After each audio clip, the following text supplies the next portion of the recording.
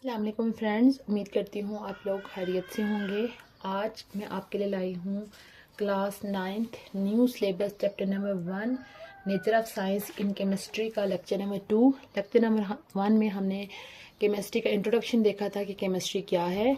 आज हम lecture number 2 के अंदर देखेंगे सब फील्ड्स ऑफ केमिस्ट्री, यानी कि इस टॉपिक का दूसरा नाम होगा ब्रांचेस ऑफ केमिस्ट्री, यानी कि केमिस्ट्री को कौन कौन सी ब्रांचेस के अंदर डिवाइड किया गया है। ठीक है, सबसे पहली ब्रांच है केमिस्ट्री की इनऑर्गेनिक केमिस्ट्री।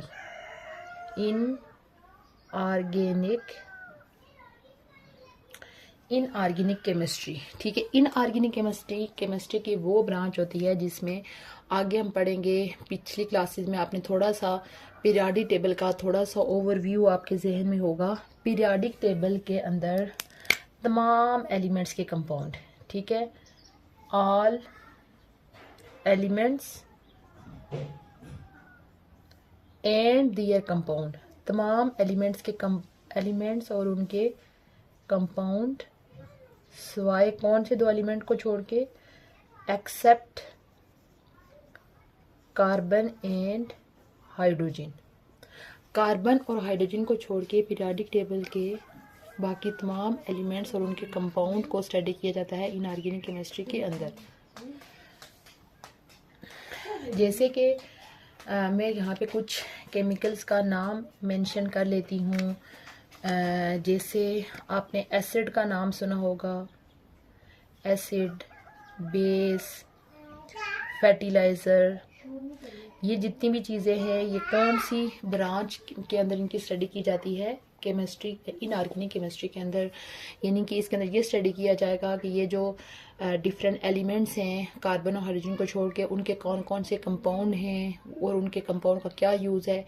उन कंपाउंड का जो इनिशियल यूज़ है वो पहले लैब के अंदर टेस्ट किया जाता है और फिर उनको कमर्शियल लेवल पे प्रिपेयर, जैसे आपको एसिड है, किसी एसिड की जो प्रेपरेशन होगी पहले लेबॉर्ट्री लेवल पे उसको टेस्ट करके उसको यानी कि स्मॉल लेवल पे प्रिपेयर किया जाएगा। तो जब वो एक्सपेरिमेंट कामयाब हो जाता है तो फिर उस एक्सपेरिमेंट को कमर्शियल लेवल पे अप्लाई किया जाता है, ठीक है।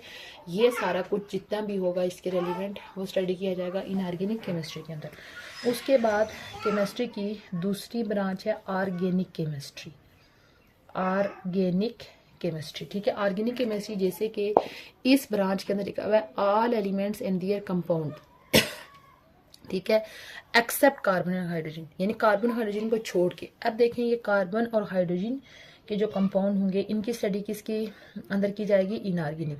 Compound of carbon and hydrogen, compound of carbon and hydrogen, carbon और हाइड्रोजन के कंपाउंड की जो है वो स्टडी किसके अंदर की जाएगी, ऑर्गेनिक केमिस्ट्री के अंदर।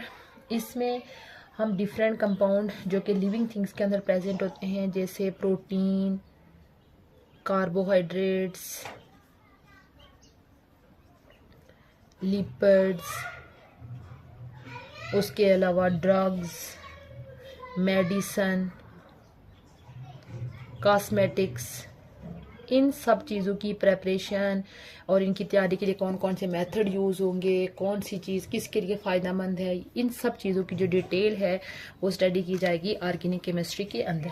उसके बाद तीसरी ब्रांच है केमिस्ट्री की फिज़िकल केमिस्ट्री।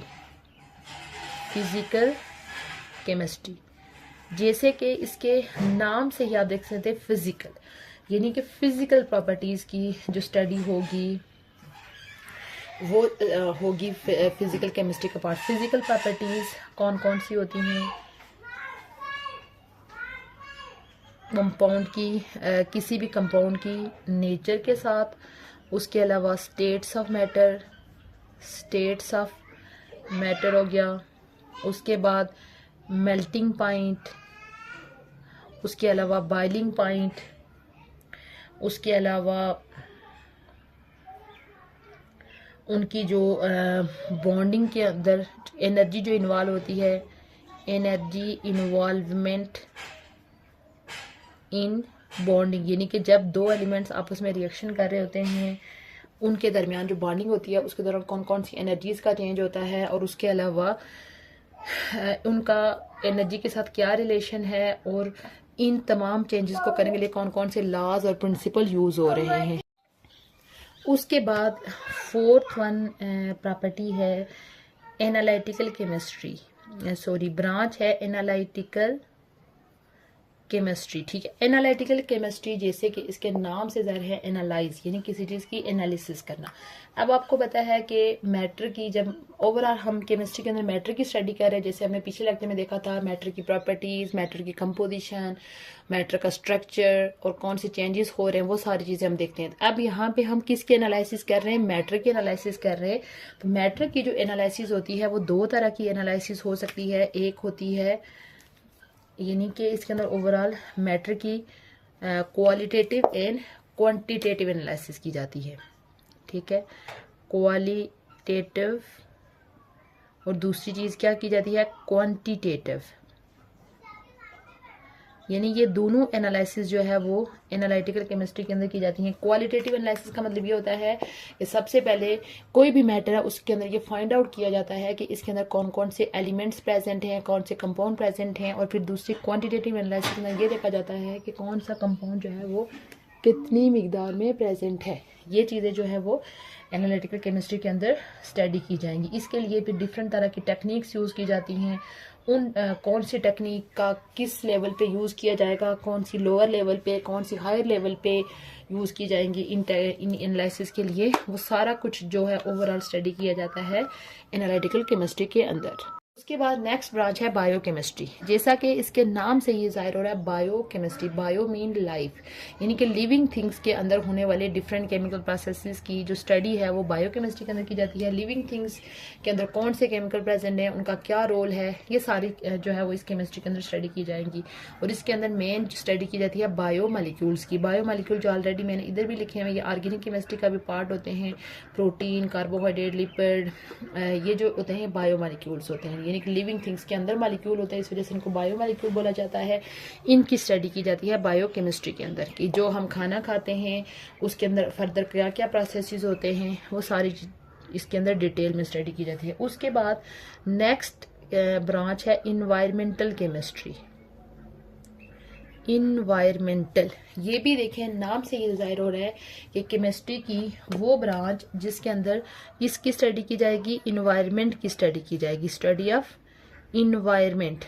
इन्वायरमेंट क्या होता है कि वो जगह जहाँ पे हम रह रहे होते हैं, हमारे इर्द गिर्द मौजूद हवा, पानी, सॉइल, सारी चीज़ें वो हमारे इन्वायरमेंट का हिस्सा होते हैं। इन्वायरमेंटल केमिस्ट्री के अंदर ये स्टडी किया जाता है कि वो कौन कौन सी चीज़ें हैं जो कि हमारे इन्वायरमेंट को आलूदा कर रही हैं, और उनको हम कैसे अपने इन्वायरमेंट को सेव कर सकते हैं, महफूज रख सकते हैं। ये सारी चीज़ें जो है वो इस ब्रांच के अंदर स्टडी की जाती हैं। उसके बाद नेक्स्ट ब्रांच है इंडस्ट्रियल केमिस्ट्री। इंडस्ट्रियल केमिस्ट्री, ये भी इसके नाम से ही हम आइडिया ले सकते हैं कि इंडस्ट्रियल केमिस्ट्री, केमिस्ट्री की वो ब्रांच जिसके अंदर ये स्टडी किया जाता है कि इंडस्ट्रीज के अंदर यानी कि जो बल्क फॉर्म में जो चीज़ें होती हैं वो कैसे प्रिपेयर की जाएंगी। ठीक है, study of production of products in bulk form, in bulk form. Bulk form का मतलब है ज्यादा चीज। ठीक है, जैसे मार्केट में आपको बताया कि मार्केट से plastic, pen, textile, cement, fertiliser, ये सारी चीजें जो है वो मार्केट के अंदर बनती हैं। अब आप देखें कि बल्क फार्म क्यों लिखा हुआ है, क्योंकि केमिस्ट्री के अंदर जो भी कोई काम होता है, जैसे डिफरेंट तरह के साइंटिस्ट लैब के अंदर काम कर रहे होते हैं, जो ही वो कोई एक नई टेक्निक या नया मेथड या नया कंपाउंड कुछ भी डिस्कवर करते हैं, तो वो इसको जो है वो कमर्शियल ओवरऑल इंटरनेशनल लेवल पे अपना एक पेपर पब्लिश कर देते हैं। ठीक है, जिस तरह से वो चीज़ मार्केट में लोगों के सामने आ जाती है कि इस मेथड को यूज़ करते हुए हम फलां चीज़ बना सकते हैं। ठीक है, अब वही मेथड जो कि साइंटिस्ट ने इंटरनेशनली उसको पब्लिश किया हुआ होता है, वो डिफरेंट कंपनीज जो है वो उसी मेथड को अपनी कंपनीज के अंदर अप्लाई करके डिफरेंट तरह के प्रोडक्ट्स जो है वो बनाते हैं। ठीक है, इसी वजह से लिखा हुआ है कि इंडस्ट्रियल केमिस्ट्री जो है वो ऐसी ब्रांच है जिसमें जो चीज़ें लैब में टेस्ट हुई होती हैं कि फलां चीज़ का ये यूज़ है, हम उसको ऐसे बना सकते हैं, उसी चीज़ को फिर बल्क फॉर्म में बनाने के लिए मेथड जो यूज़ किए जाते हैं ओवरऑल उनकी स्टडी कहलाती है इंडस्ट्रियल केमिस्ट्री। उसके बाद केमिस्ट्री की नेक्स्ट ब्रांच है मेडिसिनल केमिस्ट्री। Medicinal chemistry. ठीक है, मेडिसिनल केमिस्ट्री भी इसके नाम से ही रिप्रेजेंट किया है कि मेडिसिन की प्रिपरेशन, ठीक है, study of medicine development, medicine development, यानी कि मेडिसिनल केमिस्ट्री में ये स्टडी किया जाएगा कि हम कोई भी मेडिसिन या कोई भी ड्रग है उसकी डेवलपमेंट के लिए हम कौन से मेथड यूज़ कर सकते हैं और ये कौन सी डिजीज़ के लिए जो है वो हेल्पफुल है। इसके अंदर डिफरेंट तरह की एंटीबायोटिक्स, उसके बाद एंटी एलर्जिक जो मेडिसिन होती हैं, एंटी एलर्जिक, उसके बाद लाइफ सेविंग ड्रग्स जो होते हैं, ज़िंदगी को बचाने वाले ड्रग्स, और भी डिफरेंट तरह की जितने भी जो मेडिसिन होंगी इनकी प्रिपरेशन के लिए क्या क्या मेथड यूज़ किया जाएगा, इन ओवरऑल उनकी जो स्टडी है वो किसके अंदर की जाएगी, मेडिसिनल केमिस्ट्री के अंदर। अगर आपने कभी अपने किसी मेडिसिन को या शैम्पू को, साबुन को, इस तरह की चीज़ों को आपने अगर गौर से देखा हो या कॉस्मेटिक्स की किसी चीज़ को या क्रीम को, तो आपने उसके इंग्रेडिएंट्स के अंदर अगर कभी गौर किया हो तो यही केमिस्ट्री के डिफरेंट केमिकल्स होते हैं जो कि उसके इंग्रेडिएंट्स के अंदर प्रेजेंट होते हैं। वो मिल के ओवरऑल उनके मिक्सचर ने वो शैम्पू, वो क्रीम, वो साबुन कुछ वो बनाया हुआ होता है। ठीक है, उसके बाद नेक्स्ट केमिस्ट्री की जो ब्रांच है वो है पॉलीमर केमिस्ट्री। पॉलीमर केमिस्ट्री यानी इसके नाम से ही रिप्रेजेंट हो रहा है कि स्टडी ऑफ पॉलीमर्स। ठीक है, यानी कि जो बड़े मॉलिक्यूल्स होते हैं उनकी जो स्टडी होती है, स्टडी ऑफ पॉलीमर्स,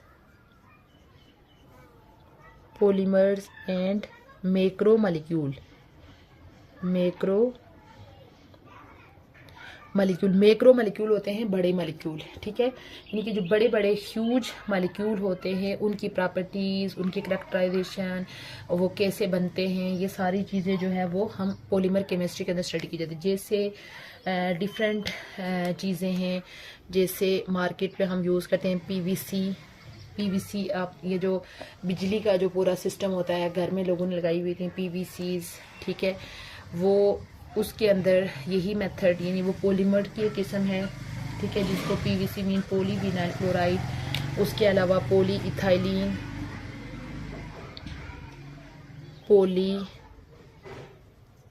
इथाइलिन, उसके अलावा डिफरेंट तरह के पॉली एस्टर्स, सिंथेटिक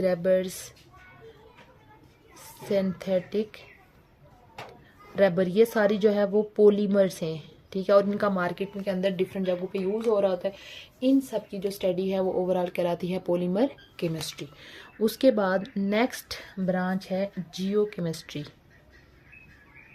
जियो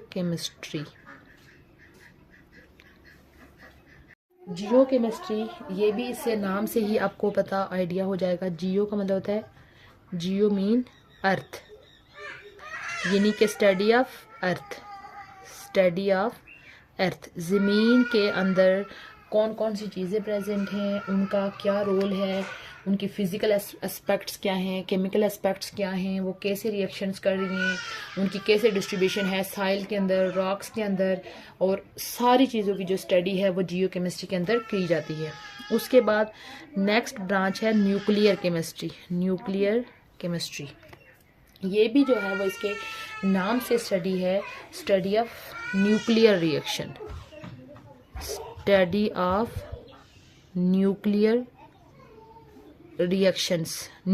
रिएक्शंस मीन के जो एटम होता है, एटम का जो इंटरनल पार्ट है न्यूक्लियस, उसके जो रिएक्शंस होते हैं, डिफरेंट तरह के रिएक्शंस, उनकी जो स्टडी होती है न्यूक्लियर केमिस्ट्री के अंदर होती है। न्यूक्लियर के अंदर हम मोस्टली जो है वो रेडियो एक्टिव एलिमेंट्स की स्टडी करते हैं। ठीक है, रेडियो एक्टिव एलिमेंट्स क्या होते हैं कि कुछ एलिमेंट नेचुरली और कुछ आर्टिफिशियल भी प्रिपेयर किए जाते हैं। उनके अंदर नेचुरली ये फिनोमेना प्रेजेंट होता है कि वो मुसलसल रेडिएशन हार्ज करके एक एलिमेंट से दूसरे में, दूसरे से तीसरे में, तीसरे से चौथे में जा रहे होते हैं। उनकी पूरी सीरीज होती है। इंशाल्लाह आप में से कोई अगर अगली क्लासेस में केमिस्ट्री रखता है तो वो रेडियो एक्टिव एलिमेंट्स के बारे में डिटेल में आगे पढ़ेगा। जस्ट अभी आपने जनरल ये टर्म याद रखनी है कि ऐसे एलिमेंट्स जो कि मुसलसल रेडिएशन हार्ज कर रहे होते हैं उनको रेडियो एक्टिव एलिमेंट्स बोला जाता है, और ये नेचुरल भी होते हैं और ये आर्टिफिशियल भी होते हैं। यानी नेचुरली भी इनकी एग्जिस्टेंस होती है और आर्टिफिशियली जो है वो लैब के अंदर भी इनको तैयार किया जाता है। तो रेडियो एक्टिव एलिमेंट्स के आगे फिर डिफरेंट तरह के यूज़ होते हैं, यानी इनकी मदद से ये जो एलिमेंट्स हैं इनकी मदद से इलेक्ट्रिसिटी भी प्रोड्यूस की जाती है, यानी टरबाइंस को चला के इलेक्ट्रिसिटी प्रोड्यूस की जाती है। उसके अलावा ये जो अक्सर आपने सुना होगा कि कैंसर के जो पेशेंट होते हैं उनको रेडिएशंस लग रही हैं, ठीक है, तो रेडियोग्राफी हो रही है, बेसिकली वो यही रेडियो एक्टिव एलिमेंट्स होते हैं जिनकी रेडिएशन जो है वो कैंसरस पेशेंट को लगाई जाती हैं, ठीक है। यानी कि आप कह सकते हैं कि क्योर ऑफ कैंसर, यानी कैंसर की ट्रीटमेंट में यूज़ होता है। उसके अलावा डिफरेंट डिजीज़ की मॉनिटरिंग के लिए भी यूज़ होते हैं, जैसे हड्डियों में किसी को कोई क्रैक आया हुआ हो उसके लिए आगे, यानी कि इसकी जो डिटेल है वो ओवरऑल आगे नेक्स्ट 9th-10th लेवल पे तो नहीं है, बट आगे जो है वो फर्स्ट सेकंड में, और अगर कोई हायर क्लासेस में केमिस्ट्री रखता है तो वहाँ पे इसकी डिटेल आएगी। जस्ट ओवरऑल आपने ये याद रखना है कि न्यूक्लियर के रिएक्शन, न्यूक्लियस के जितने भी रिएक्शंस होते हैं उन सब की जो स्टडी है वो ओवरऑल किसके अंदर की जाती है, न्यूक्लियर केमिस्ट्री के अंदर स्टडी की जाती है। उसके बाद केमिस्ट्री की जो लास्ट ब्रांच है वो है एस्ट्रो